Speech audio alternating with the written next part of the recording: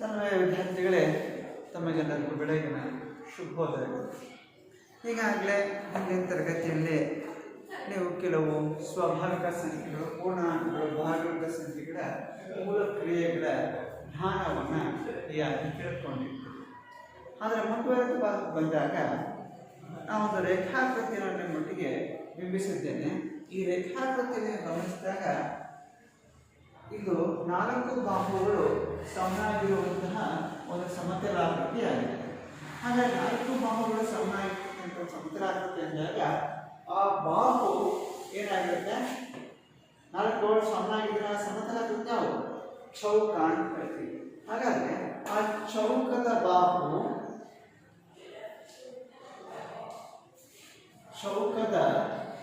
ಬಾಹು ಸಾಮಾನ್ಯವಾಗಿ ಎ ಅಂತ ಡಿನೋಟ್ ಮಾಡ್ತೇವೆ. ಈ ಚೌಕದ ಬಾಹು ಎ ಆದಾಗ ಅದರ ವಿಸ್ತೀರ್ಣ ಏನಾಗುತ್ತೆ ನೋಡಿ. ಸಾಮಾನ್ಯವಾಗಿ ಚೌಕದ ವಿಸ್ತೀರ್ಣ ಅಂದಾಗ ಪಾರ್ಶ್ವಬಾಹುವಿನ ವರ್ಗವನ್ನು ಪರಿಗಣಿಸ್ತಾರೆ. ದಟ್ ಈಸ್ ವಿಸ್ತೀರ್ಣವನ್ನು ಎ ಅಂತ ಸೂಚಿಸಿದ್ರೆ ಅದನ್ನು ಬಳಸುವಂತಹ ಸೂತ್ರ ಎ ಸ್ಕ್ವೇರ್ ಅಂತ ಹೇಳ್ತೇವೆ. ಇದನ್ನ ಎ ಇಂದ ಎ ಅಂತ ಬರೆಯಬಹುದಾ? ಈ ಬಾಹುವಿನ ಉದ್ದ ಎ ಆಗಿದೆ. ಒಂದು ಬಾಹುವಿನ ಉದ್ದ ಎ ಆದರೆ ಉಳಿದೆಲ್ಲ ಬಾಹುಗಳ ಉದ್ದ ಎ ಮಾನಗಳಾಗಿರುತ್ತೆ. ಅಂದಾಗ ಇಲ್ಲಿ ಎ ಇಂದ ಎ ಅಂದಾಗ ಅದರ ವರ್ಗದ ಏನಾಯಿತು? ಎ ಸ್ಕ್ವೇರ್ ಆಯಿತು ಅಲ್ವಾ? ವಿಸ್ತೀರ್ಣವನ್ನು ಸಾಮಾನ್ಯ ಈ ರೀತಿ ಹೇಳ್ತಾರೆ. ಹಾಗಾದ್ರೆ ಇಲ್ಲಿ ಆರಂಭದಲ್ಲಿ ಪಾರ್ಶ್ವಬಾಹುವಿನ ಉದ್ದ ಒಂದು ಏಕಮಾನವಾದರೆ ಆಗ ಅದರ ವಿಸ್ತೀರ್ಣ ಏನಾಗುತ್ತೆ? ಆರಂಭ ಹೇಳಿದ್ರೆ ಪಾರ್ಶ್ವಬಾಹುವಿನ ಉದ್ದದ ವರ್ಗ ಅಂತ ಹೇಳಿದ್ವಿ. ಅಂದ್ರೆ ಎ ಇಂಟು ಎ ಅಂದಾಗ ಅದನ್ನ ಎ ಸ್ಕ್ವೇರ್ ಅಂತ ಹೇಳ್ತಾನೆ ಅಲ್ವಾ? ಅದರ ಒಂದರ ವರ್ಗ ದಟ್ ಈಸ್ ಒಂದು ಸ್ಕ್ವೇರ್ ಅಂತೀರಲ್ವಾ? ಇದರ ಗುಣಲಬ್ಧ ಎಷ್ಟಾಯ್ತು? 1ರ 7 ಬಾರಿ ಗುಣಿಸಿದ್ರೆ 1 ಅಂತ ಹೇಳ್ತಾರೆ ಅಲ್ವಾ? ಅದೇ ತರ 2 ಮಾನಗಳಾಗಿದ್ರೆ 2 ಇಂಟು 2 ಅಂದ್ರೆ 2ರ ವರ್ಗ. ಇದನ್ನ 2 ಸಾರಿ ಗುಣಿಸಿ ಬರುವಂತಹ ಉತ್ತರ 4 ಅಂತ ಹೇಳ್ತಾರೆ. ನಿಮಗೆ ಇನ್ನೂ ಸೆಕೆಂಡ್ ಕ್ಲಿಯರ್ ಆಗಿ ಹೇಳ್ಬೇಕಂದ್ರೆ ಇದು 1 ಅಲ್ಲ 1, ಇದು 2ರಲ್ಲಿ 4 ಅಂತ ಹೇಳಿ ಇದರ ಘಾತಾಂಕ ರೂಪಕ್ಕೆ ಬಂದಾಗ ಇದರ 1ರ ಘಾತ 2, ಇದರ 2ರ ಘಾತ 2 ಅಂತ ಹೇಳ್ತಾರೆ ಅಲ್ವಾ? ಹಾಗಾಗಿ ಅದೇ ರೀತಿ 3 ಏಕಮಾನಗಳನ್ನು ಹೊಂದಿದ್ರೆ 3 9 ಚದರ ಮಾನಗಳು ಅಂತ ಹೇಳ್ತೀವಿ. ಸಾಮಾನ್ಯ ವಿಸ್ತೀರ್ಣ ಹೇಳುವಾಗ ಇದನ್ನ ಏನಂತ ಬರೀಬಹುದು? 3ರ ಘಾತ 2 ಅಂತ ಹೇಳ್ತೀವಿ. ಅಂದ್ರೆ ಅದೇ ತರ 4 ಮಾನಗಳನ್ನು ಹೊಂದಿದ್ರೆ 4 16 ಚದರ ಮಾನಗಳು ಅಂತ ಹೇಳ್ತೇವೆ. ಇಲ್ಲಿ ನೋಡಿ 1 4 9 14 ಕಾಣ್ತಾ ಇದ್ದೀರಿ ಅಲ್ವಾ? ಹಾಗೆ ಇದನ್ನ ಘಾತಾಂಕ ರೂಪಕ್ಕೆ ಹೇಳ್ಬೋದು 4ರ ಘಾತ 2 ಅಂತ ಹೇಳ್ತೇವೆ. ಅದೇ ತರ 5 ಏಕಮಾನಗಳನ್ನು ಹೊಂದಿದ್ರೆ 5 5 25 A into A that equals A square ಅಂತ ಹೇಳ್ತೀವಿ.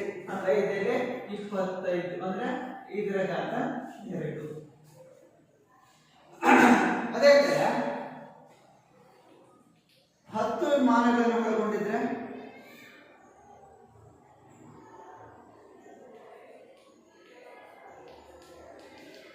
10 ಮಾನಗಳು ಪಾರ್ಶ್ವಬಾಹುವಿನ ಅಳತೆಗಳನ್ನು ಹೊಂದಿದ್ರೆ ಅದರ ವಿಸ್ತೀರ್ಣವನ್ನು ಹೇಗೆ ಹೇಳ್ತೀರಿ? 10 ಇಂಟು 10 10 100 ಚದರ ಮಾನಗಳು ಅಂತ ಹೇಳ್ತೇವೆ. ಘಾತಾಂಕ ರೂಪ ಬರೆದಾಗ 10ರ ಘಾತ 2 ಅಂತ ಹೇಳ್ತೇವೆ.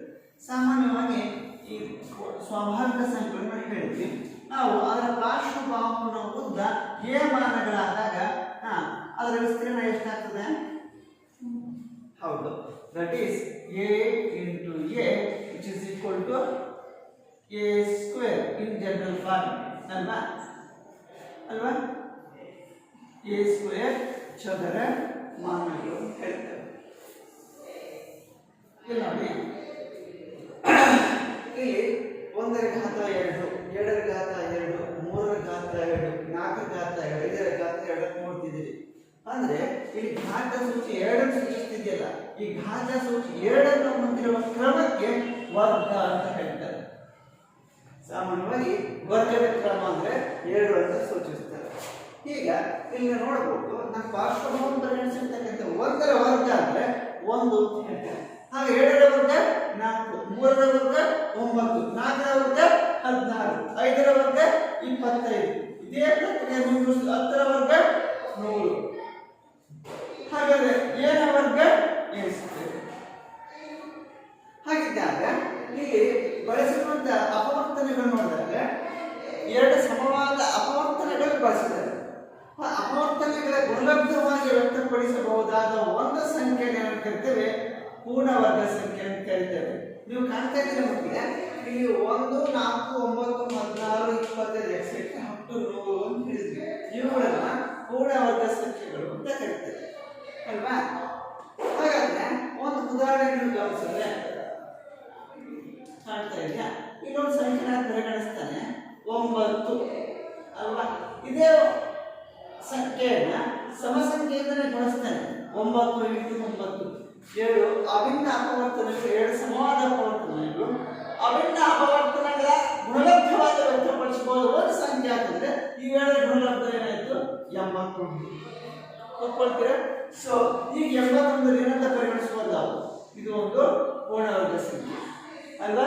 ಅದೇ ತೆರನಾಗಿ ಈಗ ನೋಡಿ 8 ಒಂದು ಸಂಖ್ಯೆ, ಅದೇ ಸಂಖ್ಯೆಯಿಂದ ಗುಣಿಸ್ತಾನೆ 8 8 64 ಸಂಖ್ಯೆ ಇದೆ, ಒಂದು ಪೂರ್ಣವರ್ಗ ಸಂಖ್ಯೆ ಅಲ್ವಾ? ಹಾಗಾದ್ರೆ ಪೂರ್ಣವರ್ಗ ಸಂಖ್ಯೆ ಅಂದ್ರೆ ಏನು? 2 ಸಮವಾದ ಅಭಿನ್ನ ಅಪವರ್ತನೆಗಳ ಗುಣಲಬ್ಧವಾಗಿ ವ್ಯಕ್ತಪಡಿಸಬಹುದಾದ ಒಂದು ಸಂಖ್ಯೆಯನ್ನು ಪೂರ್ಣವರ್ಗ ಸಂಖ್ಯೆ ಎನ್ನುವರು. ಹಾಗಾದ್ರೆ ಮಕ್ಕಳು ಗೊತ್ತಾಗಿದೆ. ಈಗ 1ರ ವರ್ಗ ಅಂದ್ರೆ 1, 7ರ ವರ್ಗ 4, 3ರ ವರ್ಗ 9, 4ರ ವರ್ಗ 16, 5ರ ವರ್ಗ 25, 6ರ ವರ್ಗ 36, 7ರ ವರ್ಗ 49, 8ರ ವರ್ಗ 64, 9ರ ವರ್ಗ 81, 10ರ ವರ್ಗ 100. ಓದಿದ ಅನುಕರಣೆ ಸ್ವಾಭಾವಿಕ ಸಂಖ್ಯೆಗಳ ಪೂರ್ಣವರ್ಗ ಸಂಖ್ಯೆಗಳು ನಿಮ್ಗೆ ಹೇಳಿದೆ. ಹಾಗಾದ್ರೆ ಮುಂದಿನ ಸಂಖ್ಯೆ 11ರಿಂದ 20ರವರೆಗೆ ಹೇಳ್ತೀರಾ? ಆ ಪೂರ್ಣವರ್ಗ ಸಂಖ್ಯೆಗಳನ್ನ ಕೋಷ್ಟಕ ರೂಪದಲ್ಲಿ ಪಟ್ಟಿ ಮಾಡಲಿಕ್ಕೆ ಪ್ರಯತ್ನ ಮಾಡ್ತೀರಾ? ಹಾಗಾದ್ರೆ ಪ್ರಶ್ನೆ ತಗೊಳ್ಳಿ. 1ರಿಂದ 20ರವರೆಗಿನ ಸ್ವಾಭಾವಿಕ ಸಂಖ್ಯೆಗಳ ಪೂರ್ಣವರ್ಗ ಸಂಖ್ಯೆಗಳನ್ನು ಕೋಷ್ಟಕ ರೂಪದಲ್ಲಿ ವ್ಯಕ್ತಪಡಿಸಿರಿ. ನೋಡಿ ಮಕ್ಕಳೇ, ಕೋಷ್ಟಕ ಈ ರೀತಿ ಇದೆ ಅಲ್ವಾ? ಸ್ವಾಭಾವಿಕ ಸಂಖ್ಯೆಗಳ ಪೂರ್ಣವರ್ಗ ಸಂಖ್ಯೆಗಳನ್ನು ನಾವು ಪಟ್ಟಿ ಮಾಡಬೇಕು. ಈಗ ಬ್ರಾಕೆಟ್ ಅನ್ನು ಸಂಖ್ಯೆ ಬ್ರಾಕೆಟ್ ಏನಂತ ಸೂಚಿಸಿದ್ರೆ ನಿಮಗೆ ಗೊತ್ತಿದೆ. ಸಾಮಾನ್ಯವಾಗಿ ಏನಂದ್ರೆ ಸ್ವಾಭಾವಿಕ ಸಂಖ್ಯೆಗಳನ್ನು ಸೂಚಿಸುವಂತಹ ಸಂಖ್ಯೆ ಅಂತ. ಹಾಗಾದ್ರೆ ಮೊದಲನೇ ಸ್ವಾಭಾವಿಕ ಸಂಖ್ಯೆ ಯಾವುದು? 1.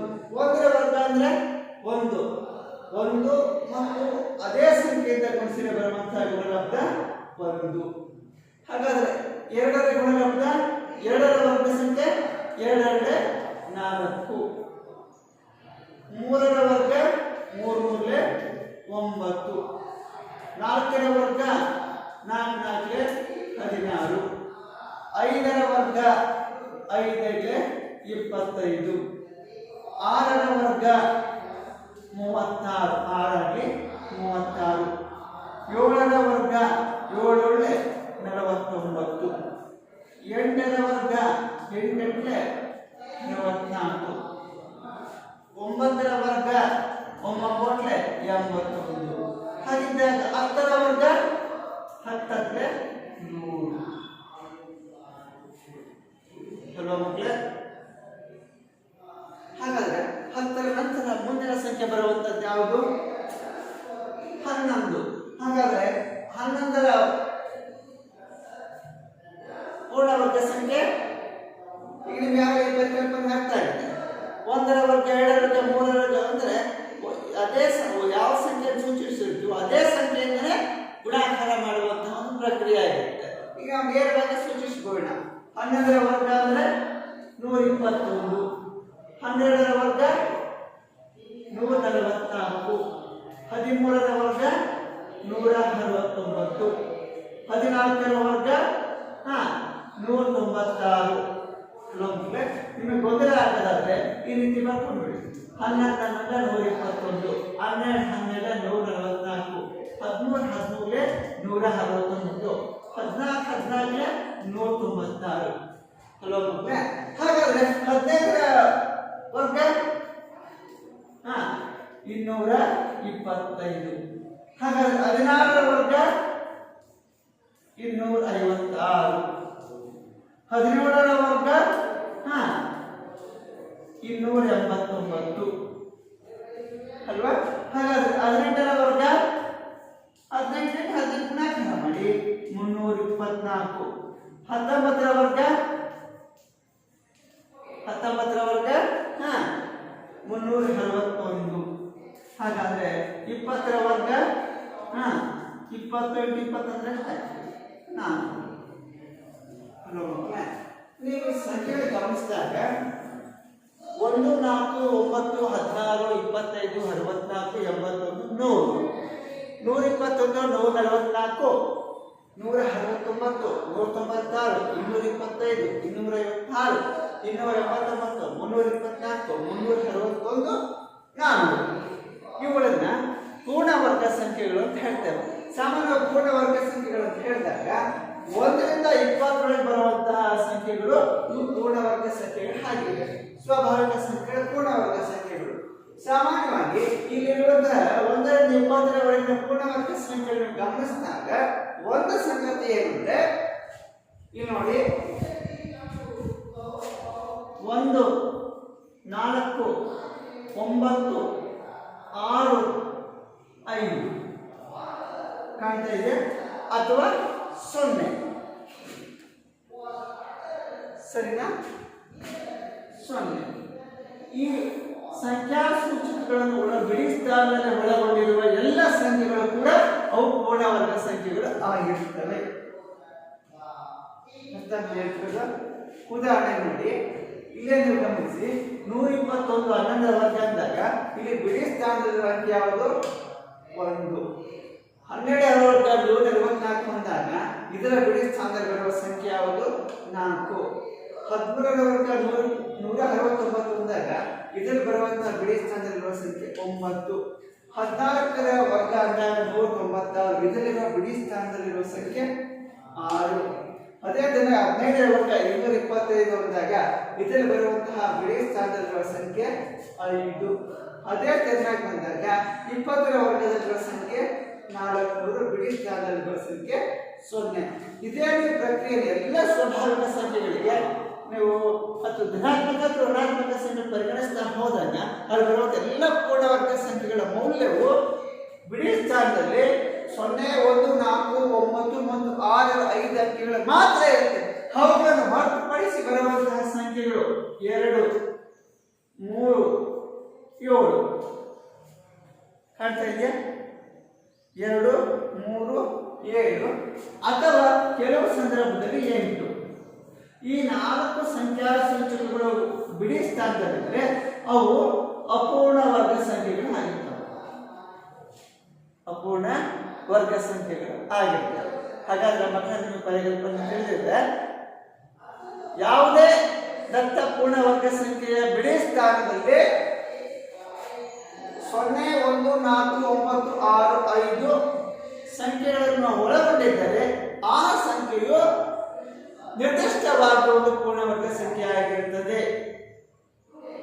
ಹಾಗೂ ಯಾವುದೇ ಸ್ವಾಭಾವಿಕ ಸಂಖ್ಯೆಗಳ ಬಿಡಿ ಸ್ಥಾನದಲ್ಲಿ 2 3 7 ಅಥವಾ 8 ಅಂಕೆಗಳನ್ನು ಒಳಗೊಂಡಿದ್ದರೆ ಆ ದತ್ತ ಸಂಖ್ಯೆಯು ಪೂರ್ಣವರ್ಗ ಸಂಖ್ಯೆ ಆಗುವುದಿಲ್ಲ, ಅದು ನಿರ್ದಿಷ್ಟವಾಗಿ ಅಪೂರ್ಣವರ್ಗ ಸಂಖ್ಯೆ ಆಗಿರುತ್ತದೆ. ಅಲ್ವಾ ಮಕ್ಕಳೇ? ಈ ರೀತಿ ನಾವು ಪರಿಗಣಿಸ್ತೇವೆ. ಹಾಗಿದ್ದಾಗ ನೀವು ಗೃಹ ಕೆಲಸದಲ್ಲಿ ನಾನು 1ರಿಂದ 20ರವರೆಗೆ ಬರುವಂತಹ ಪೂರ್ಣವರ್ಗ ಸಂಖ್ಯೆಗಳ ಕೋಷ್ಟಕವನ್ನು ನೀಡುತ್ತೇನೆ. ನೀವು ಮುಂದುವರೆದ ಭಾಗದಲ್ಲಿ 30ರಿಂದ 50ರ ಒಳಗಿನ 30ರಿಂದ 50ರವರೆಗೆ ಸ್ವಾಭಾವಿಕ ಸಂಖ್ಯೆಗಳ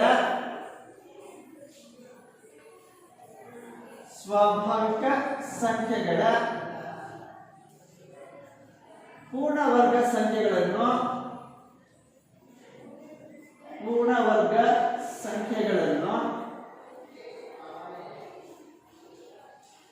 ಪಟ್ಟಿ ಮಾಡಿರಿ. ಇವಾಗ ಕೆಲಸ ಮಾಡ್ತೀರ ಮಕ್ಕಳೇ, ಆಗ್ಬೋದಲ್ವಾ? ಹಾಗಿದ್ದಾಗ ನನ್ನ ಪ್ರಶ್ನೆ, ಒಂದು ದತ್ತ ಸಂಖ್ಯೆಯು ಪೂರ್ಣವರ್ಗ ಸಂಖ್ಯೆ ಮತ್ತು ಅಪೂರ್ಣ ವರ್ಗ ಸಂಖ್ಯೆ ಎಂದು ಪರಿಗಣಿಸಬೇಕಾದರೆ ಅಲ್ಲಿ ಅನುಸರಿಸಬೇಕಾದ ನಿಬಂಧನೆಗಳು ಯಾವುವು?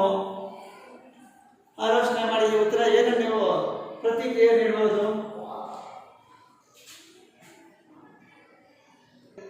ನೋಡಿ ಮಕ್ಕಳ, ಪ್ರಶ್ನೆ ಕೋಟಿ ನೀವು ಗಮನಿಸಿದಿರಿ. ಪೂರ್ಣವರ್ಗ ಸಂಖ್ಯೆ ಮತ್ತು ಅಪೂರ್ಣ ವರ್ಗ ಸಂಖ್ಯೆಯನ್ನು ನಿರ್ಧರಿಸಬೇಕಾದರೆ ಅನುಸರಿಸಬೇಕಾದ ನಿಬಂಧನೆಗಳು ಯಾವುವು ಅಲ್ವಾ? ಯಾವ ಉತ್ತರವನ್ನು ಈಗಾಗಲೇ ಬರೆದಾಗಿದೆ, ಆ ಉತ್ತರವನ್ನು ಪರಿಶೀಲಿಸಿ. ನೋಡಿ, ಬಿಡಿ ಸ್ಥಾನದಲ್ಲಿ 0, 1, 4, 5, 6 ಮತ್ತು 9 ಸಂಖ್ಯೆಗಳನ್ನು ಒಳಗೊಂಡಿದ್ದರೆ ಅದು ಪೂರ್ಣವರ್ಗ ಸಂಖ್ಯೆ ಆಗುತ್ತದೆ. ಹಾಗೆ ಪೂರ್ಣವರ್ಗ ಸಂಖ್ಯೆ ಉದಾಹರಣೆ ಏನು ಹೇಳ್ತೀರಿ? ನೀವು ಇದುವರೆಗೂ ಹೇಳಿದಿರಿ. ಈಗ ಏನು ಹೇಳ್ತೀರಿ? 1, 4, 9, 16, 25 ಮಕ್ಕಳ ಕಾಣ್ತಾ ಇದೆಯಾ? ಇಲ್ಲ, ಅನುಕ್ರಮಣವಾಗಿ ಬರೆದಿರುವಂತಹ ಸ್ವಾಭಾವಿಕ ಮೊದಲ 5 ಸ್ವಾಭಾವಿಕ ಸಂಖ್ಯೆಗಳ ಪೂರ್ಣವರ್ಗ ಸಂಖ್ಯೆಗಳು 1ರ ವರ್ಗ 1, 7ರ ವರ್ಗ 4, 3ರ ವರ್ಗ 9, 4ರ ವರ್ಗ 16, 5ರ ವರ್ಗ 25. ಮಕ್ಕಳ ನೀವು ಕಾಣ್ತಾ ಇದ್ದೀರಿ, ಬಿಡಿ ಸ್ಥಾನದಲ್ಲಿ ಬರುವಂತಹ ಸಂಖ್ಯೆ 5, 6, 9, 4, 1 ಕಾಣ್ತಿದ್ದೀರಿ. ಜೊತೆ ಕೊನೆ 10ರ ವರ್ಗ ಅಂದಾಗ 100 ಬರುತ್ತೆ, ಆಗ ಅದು 0 ಬರುತ್ತೆ ಬಿಡಿ ಸ್ಥಾನದಲ್ಲಿ. ಹಾಗಿದ್ದಾಗ ಈ ಸಂಖ್ಯೆಗಳು ಬಿಡಿ ಸ್ಥಾನದಲ್ಲಿ ಬರುವಂತಹ ಸಂಖ್ಯೆಗಳನ್ನ ಪೂರ್ಣವರ್ಗ ಸಂಖ್ಯೆಗಳು ಅಂತ ಪರಿಗಣಿಸ್ತೇವೆ. ಹಾಗಾದ್ರೆ ಮುಂದಿನ ಪೂರ್ಣವರ್ಗ ಸಂಖ್ಯೆಗಳನ್ನು ಹೇಳಿ. 36, 49, 64, 81, 100. ನೋಡಿ ಮಕ್ಕಳ, 10ರ ವರ್ಗದಲ್ಲಿ ಸಿಗೋದಕ್ಕೆ ಬಿಡಿ ಸ್ಥಾನದಲ್ಲಿ 0. ಹಾಗಿದ್ದಾಗ ಬಿಡಿ ಸ್ಥಾನದಲ್ಲಿ 0, 1, 4, 5, 6 ಮತ್ತು 9ರ ಸಂಖ್ಯೆಗಳನ್ನು ಒಳಗೊಂಡಿದ್ರೆ ಅದು ಪೂರ್ಣವರ್ಗ ಸಂಖ್ಯೆಗಳಾಗ್ತದೆ. ಇದೇ ಪ್ರಕ್ರಿಯೆಯನ್ನು ಮುಂದುವರಿಸಿ 121, 164, 169, 196, 225 ಅಲ್ವಾ? ನೆಕ್ಸ್ಟ್ 256 ಅಲ್ವಾ? ನೆಕ್ಸ್ಟ್ 17ರ ವರ್ಗ 289, 18ರ ವರ್ಗ 324, 19ರ ವರ್ಗ 341, 20ರ ವರ್ಗ 400 ಅಲ್ವಾ? ಈ ಪ್ರಕ್ರಿಯೆಯನ್ನ ಇದೇ ರೀತಿ ಮುಂದುವರಿಸ್ತಾ ಹೋದರೆ ಎಲ್ಲ ಪೂರ್ಣವರ್ಗ ಸಂಖ್ಯೆಗಳಲ್ಲಿ ಬಿಡಿ ಸ್ಥಾನದಲ್ಲಿರುವಂತಹ ಸಂಖ್ಯೆಗಳು 0, 1, 4, 5, 6 ಮತ್ತು 9 ಒಳಗೊಂಡಿರುತ್ತೆ. ಹಾಗಾದ್ರೆ 0 ಇಂದ 9 ಪೂರ್ಣ ಸಂಖ್ಯೆ ಪರಿಗಣಿಸಿದಾಗ ಆ ಪೂರ್ಣ ಸಂಖ್ಯೆಗಳಲ್ಲಿ 0, 1, 4, 5, 6, 9 ಹೊರತುಪಡಿಸಿದ್ರೆ ಹಾಗಾದ್ರೆ ಉಳಿಯುವಂತ ಸಂಖ್ಯೆಗಳು ಯಾವುವು? ಆ ಸಂಖ್ಯೆಗಳು 2, 3, 7, 8. ಹಾಗಾದ್ರೆ 2, 3, 7, 8 ಬಿಡಿ ಸ್ಥಾನದಲ್ಲಿ ಒಳಗೊಂಡಿರುವಂತಹ ಸಂಖ್ಯೆಗಳು ಏನಂತ ಹೇಳಿದರೆ ಪೂರ್ಣ ವಿರುದ್ಧ ಪದ ಅಪೂರ್ಣ, ಅಪೂರ್ಣ ವರ್ಗ ಸಂಖ್ಯೆಗಳು ಅಲ್ವೇ? ಹಾಗಾದ್ರೆ ಆ ನಿಬಂಧನೆ ಏನು ಹೇಳ್ತೀರಿ? ಬಿಡಿ ಸ್ಥಾನದಲ್ಲಿ 2, 3, 7 ಅಥವಾ 8ರ ಸಂಖ್ಯೆಗಳನ್ನು ಒಳಗೊಂಡಿದ್ದರೆ ಅದು ಅಪೂರ್ಣ ವರ್ಗ ಸಂಖ್ಯೆ ಆಗುತ್ತದೆ. ಹಾಗಾದ್ರೆ ಅಪೂರ್ಣ ವರ್ಗ ಸಂಖ್ಯೆ ಉದಾಹರಣೆ ಹೇಳ್ತೀರಿ? ಈ ವರ್ಗ ಸಂಖ್ಯೆ ಹೊರತುಪಡಿಸಿ ಹೇಳಿ.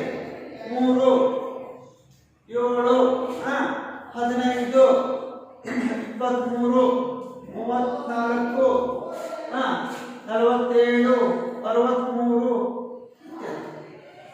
63 ಇವೆಲ್ಲವೂ ಕೂಡ ಅಪೂರ್ಣ ವರ್ಗ ಸಂಖ್ಯೆಗಳು ಹೇಳ್ತಾರೆ ಅಲ್ವಾ ಮಕ್ಕಳ?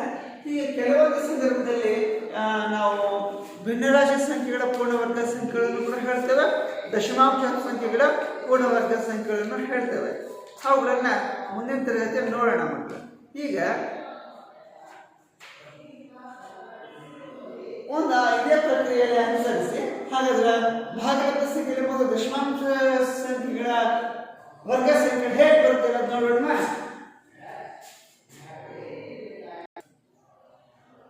ಮಕ್ಕಳೇ, ನೀವು ಕೆಲವು ಪ್ರಶ್ನೆಗಳನ್ನು ಕಾಡ್ತಿದ್ದೀರಿ. ಈ ಪ್ರಶ್ನೆಗಳನ್ನು ನೋಡಿದಾಗ ಇದುವರೆಗೂ ನಾವು ಕಲಿತಿರುವಂತಹ ಎಲ್ಲ ವಸ್ತು ವಿಷಯಗಳ ಸಾರ ಸಂಗ್ರಹದ ಒಂದು ಸ್ವಯಂ ಮೌಲ್ಯಮಾಪನ ಮಾಡಲಿಕ್ಕೆ ಬಗ್ಗೆ ಕೆಲವೊಂದು ಪ್ರಶ್ನೆಕೋಟಿಗಳನ್ನ ನಾನು ಈಗಾಗಲೇ ನಮೂದಿಸಿದ್ದೇನೆ.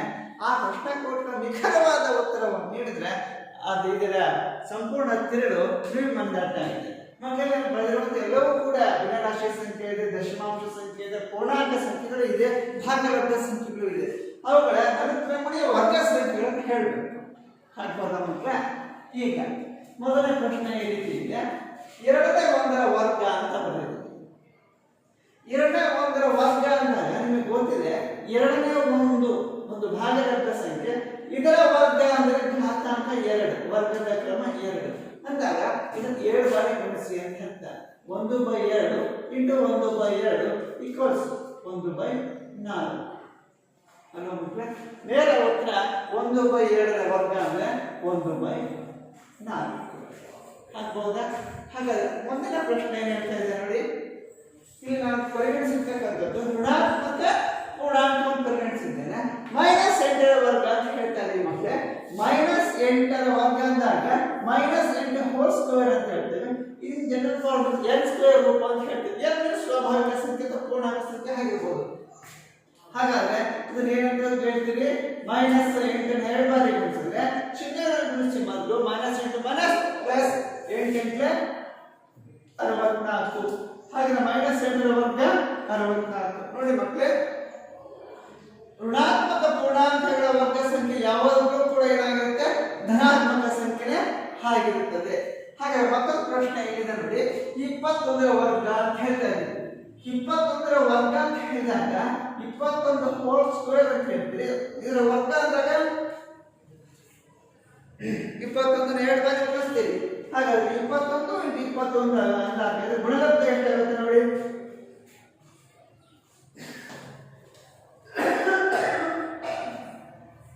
ಹಾಗಾದ್ರೆ 21 × 20 ಗುಣಾಕಾರ ಮಾಡಿದಾಗ ಅಲ್ಲಿ ಬರುವಂತಹ ಉತ್ತರ 21 2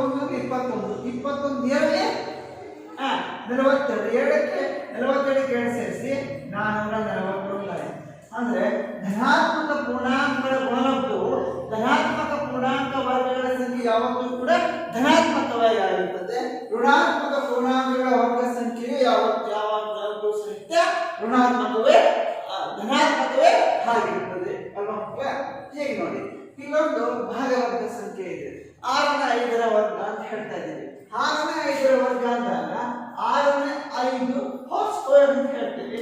ಈ ಭಿನ್ನ ರಾಶಿಯನ್ನ 2 ಬಾರಿ ಗುಣಿಸಬೇಕು. ಹಾಗಾದ್ರೆ ಅಂಶ ಗುಣಿಸಿ ಛೇದ ಗುಣಿಸಿ ಅಲ್ವಾ?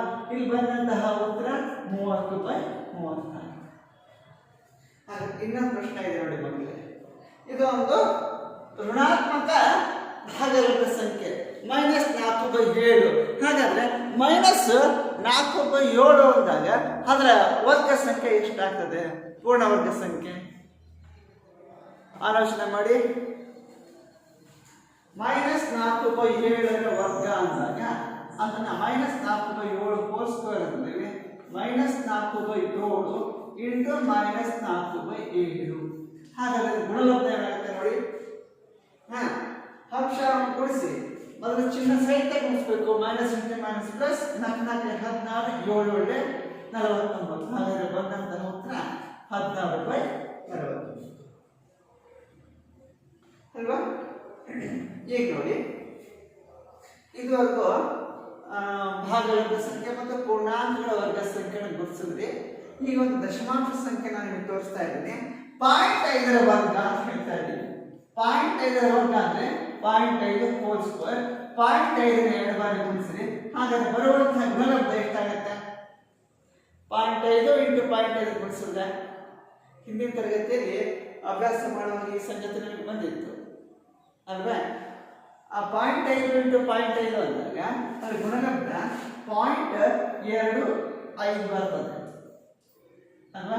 ಈ ಗುಣಲಬ್ಧವೇ ದತ್ತ ಸಂಖ್ಯೆ ವರ್ಗ.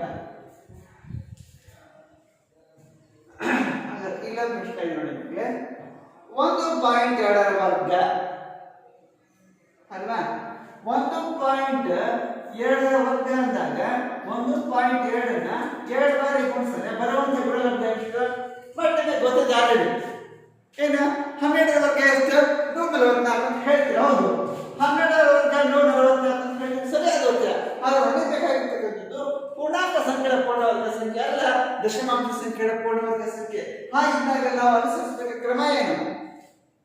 ಇಲ್ಲಿ 1.2 ಮತ್ತು 1.2 ಎರಡು ಬಾರಿ ಗುಣಿಸ್ತೇವೆ. ಹಾಗಿದ್ದಾಗ ದಶಮಾಂಶ ಬಿಂದು ಬಲಭಾಗದಲ್ಲಿ ಹೊಂದಿದೆ, ಎಡಭಾಗದಲ್ಲಿ ಹೊಂದಿದೆ. ಹಾಗೆ ದಶಮಾಂಶ ಸಂಖ್ಯೆಯನ್ನು ಎಲ್ಲಿ ಇಡಬೇಕು? 7 ಸ್ಥಾನದ ನಂತರ ಎಲ್ಲಿಂದ? ಬಲಬದಿಯಿಂದ. ಹಾಗಾದ್ರೆ ಇದರ ಗುಣಲಬ್ಧ ಎಷ್ಟಾಯ್ತು?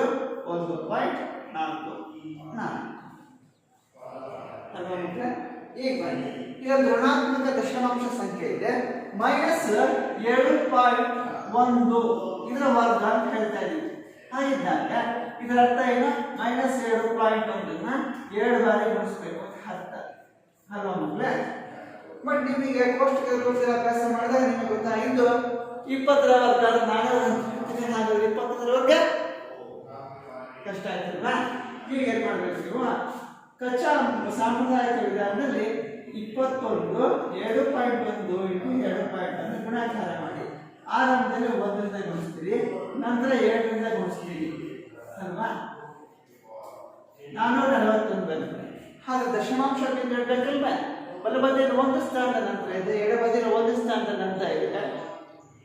ಹಾಗಾದ್ರೆ ಗುಣಲಬ್ಧಕ್ಕೆ ದಶಮಾಂಶ ಸ್ಥಾನವನ್ನ ಪರಿಗಣಿಸಬೇಕಾದ್ರೆ ಎಷ್ಟು ಸ್ಥಾನದ ನಂತರ ದಶಮಾಂಶ ಬಿಂದುವನ್ನು ಇಡಬೇಕು? 7 ಸ್ಥಾನದ ನಂತರ ಅಲ್ವಾ? ಹಾಗಾದ್ರೆ -7.1 ವರ್ಗ ಏನಾಯ್ತು? 4.41. ಹಾಗಾಗಿ ಇಲ್ಲವನ್ನು ಪರಿಗಣಿಸಬೇಕು.